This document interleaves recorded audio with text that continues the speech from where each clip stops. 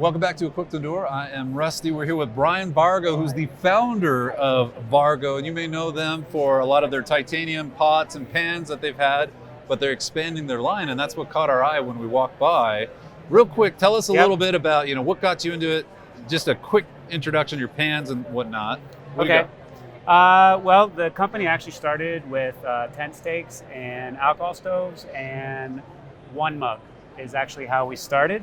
And then we started in 2002. So every year we've progressively added 3, 4, 5 products a year. Today, I think we're around 80, 90 different products that we're selling.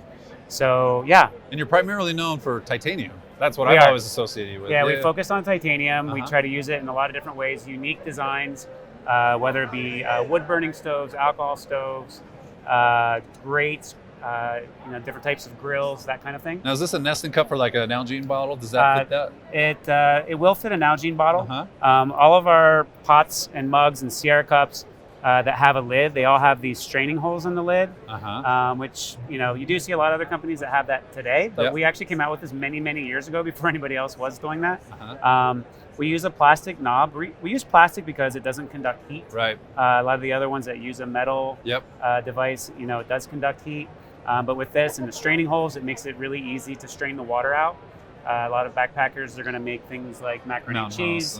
You're going to need to strain the water out of your noodles. Oh, yeah, if you're cooking it. Yeah. So, and that's what that's for. So you mentioned stoves. We'll show you some B-roll of the cool stoves over there. Yep. That little alcohol stove, I was impressed with. 1 ounce. It weighs 1 ounce. That's awesome. Yeah, it holds about 1 3/4 ounces of fuel, and it will burn approximately 20 minutes, depending on conditions. Whether it's, There we go. Okay, there's a baby. Yeah. So this is actually one of the very first products that I ever designed. I like this a lot better than my Fancy Feast alcohol burner. Well, and it's based on that idea of the original soda can stove. And what I did differently way back when I first designed this is I integrated the legs into the stove. So the folding legs, they fold down like this, top folds in like that, so it's nice and compact for storage. Up until I designed this, again, years ago, basically the alcohol stoves, like your Fancy Feast, it's a great, that works fine as well, but you would always have to have a separate pot support. And so what I was trying to do in designing this product was to integrate the pot support right into the stove. So everything is, one piece, and it's all simple, compact. Well, and that's the beauty of titanium. It weighs practically nothing. Yeah. So. And the other thing with this, the bottom legs, I always recommend to everyone to push the legs into the ground. Common mistake I see is when people will sit it on like a rock or a table. Tip over. And when you do that, you got to put your pot on top, and it's easy to tip over. If you actually push the legs into the ground, it kind of anchors it in, sort of like a tent stake would.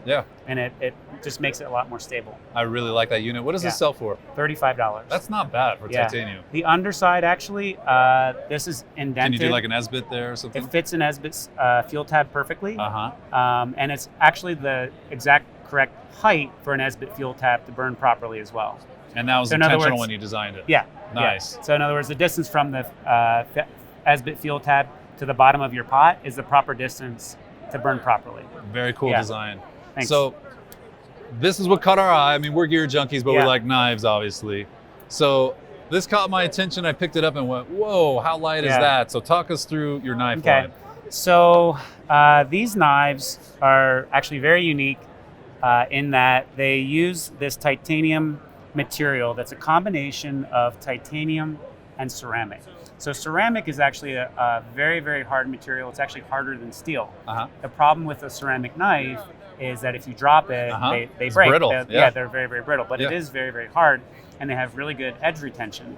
So with this knife, what we do in it's called sintering, and sintering is basically a process where they take titanium powder, combine it with ceramic, and they mix it together, and then within the sintering, it's put under high temperature and pressure, and it solidifies to make a plate, and then we use that plate then to grind down to make the blade.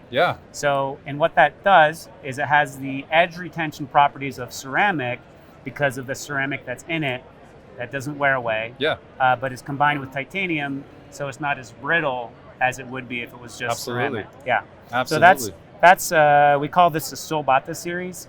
And what does that mean? It's kind of a long story, actually.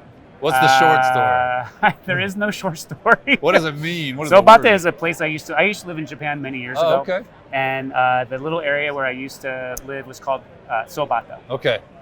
Got it. Yeah, and so coincidentally, this material is made not in Sobata, but in the town right next. Sobata is part of a town. Okay.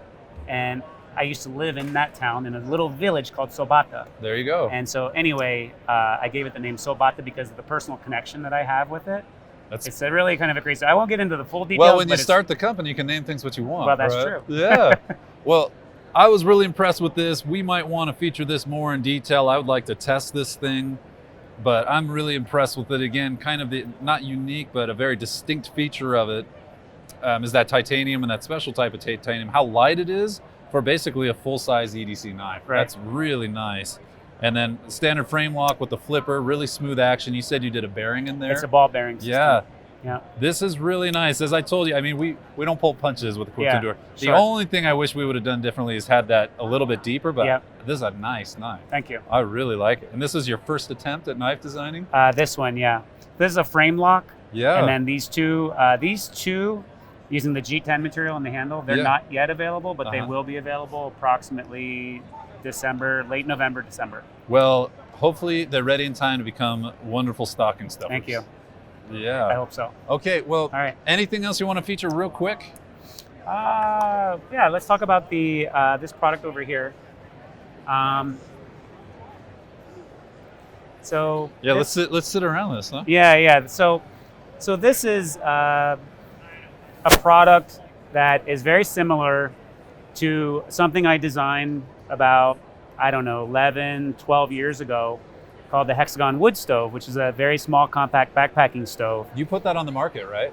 The Hexagon has been available for 11, 12 years. I think I'm familiar with that. This is a scaled up version of that, right? It's a scaled up version. But I see kind of the grate in there added. Yeah, so what this is a fire pit. It is a foldable, compact. It is flat. It folds down flat, comes in like a little nylon carry case. Yeah.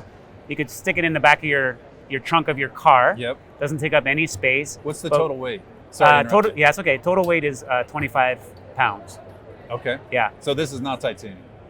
No, this is not titanium. Got it. We could do it in titanium, but it'd be very, very expensive. Not really meant for ultralight backpackers. No, this is, you throw it in the back of your car. Yeah. You pull it out, you assemble it. Yeah. But it is a smokeless, like a wood gasification stove. Exactly. It's a double walled chamber. Yeah. And so, basically it creates like a cyclical effect that there's holes here that the hot air shoots out. It becomes more efficient and actually burns off the smoke. I'm trying to remember the term. Is this based on the J-stove kind of technology? I'm not familiar with J-stove. So obviously you can see the intake all the way around, right? So it's sucking in oxygen and it's getting a higher burn in there, so less smoke, right? That's the intent. Yeah. So really cool idea. Now I don't know, again, where we're at, we can usually have open fire, but is this really intended for places where they can't have like an open fire? Where you can go, or it's more controlled and you can this is a simple fire pit. So the idea, maybe you have an RV or you want, anywhere you're not going to have enough space to carry like a full size fire pit. Yeah. And there are a lot of different fire pits out there. But again, what is unique about this is just the way that it collapses down. Yep. And it stows away, nice and compact. Yeah. And again, but you still have all the features of some of the other fire pits that are out there with the wood gasification. So what's the price point on this guy? This is $375. Okay. We are going to sell it with the smokeless, which is $375, which is what, as you see this here, and then the standard, which would come without this top cap and the inner chamber. Okay. So, and that would be $295. So basically, if you don't care that you have smoke or not, then you could buy it without this, and those two pieces are what allows it to be smokeless. Very cool. Very, very cool. All right. Well, thank you so much, Brian. It's an honor to meet the founder of Vargo. So thanks for spending some time. Yep. We do want to get our hands on that knife and do some testing. Yep.